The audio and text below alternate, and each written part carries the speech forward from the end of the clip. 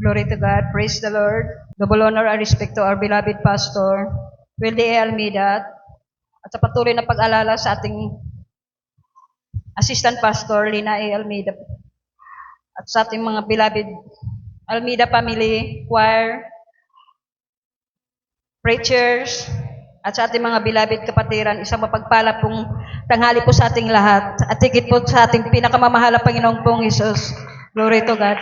Nagpapasalamat po ko sa ating pinakamamahal na Panginoong Isus sa pagkakataon na ito na binigyan po ako ng makapagpasalamat sa inyong harapan. Pinapasalamatan ko po sa ating pinakamamahal na Panginoong Isus sa mga pagpapalang binigay niya po sa amin, lalo na po, hindi ko po akalain na may tao pong ginamit na para po mapapatuloy po to yung bahay ko. Pinapasalamatan ko po sa ating pinakamamahal na Panginoong Hesus na siya po ang nagbigay ng materialis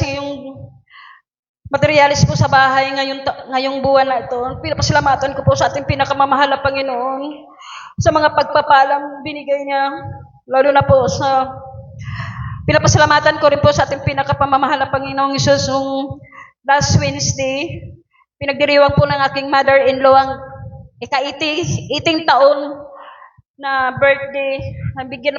Bigyan po siya ng kalakasan, ang beloved mother-in-law ko, Mama Eileen. Maraming salamat po sa lahat ng mga pagpapala, lalo na po sa mga pagsubok na lalo po nung panahon na wala pa ako dito sa banal na gawain. Grabe pong paghirap, yung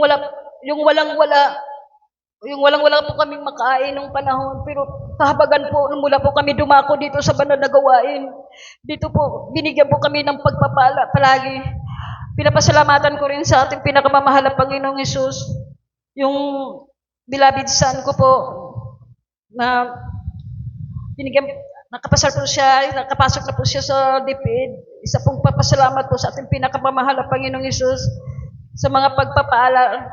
Nung time na po wala pa ako dito sa banal na gawain, grabe pong magulo ang buhay namin. Yung beloved husband ko po, sugapa po siya sa droga. Palagi po kami nag-aaway, pero sa kahabagan ng ating pinakamamahal na Panginoong Hesus, binago po ang kanyang buhay. Dito po sa banal na gawain, glory to God. Pinapasalamatan ko rin po sa mga pagpapalang binigay niya sa akin, lalo na po sa trabaho ko. Binigyan po niya ako ng kalakasan at higit po sa pagpapalang binigay niya po sa amin, lalo na po sa buong pamilya ko. Pinapasalamatan ko rin po sa ating pinakamamahal na Panginoong Hesus sa pagpapalang material, pagpapalang spiritual, pagpapalang pisikal at higit po sa pagpapalang spiritual, ang lahat po ng kapurihan. Papasalamat po tayo sa ating pinakamamahal na Panginoong Hesus po lamang.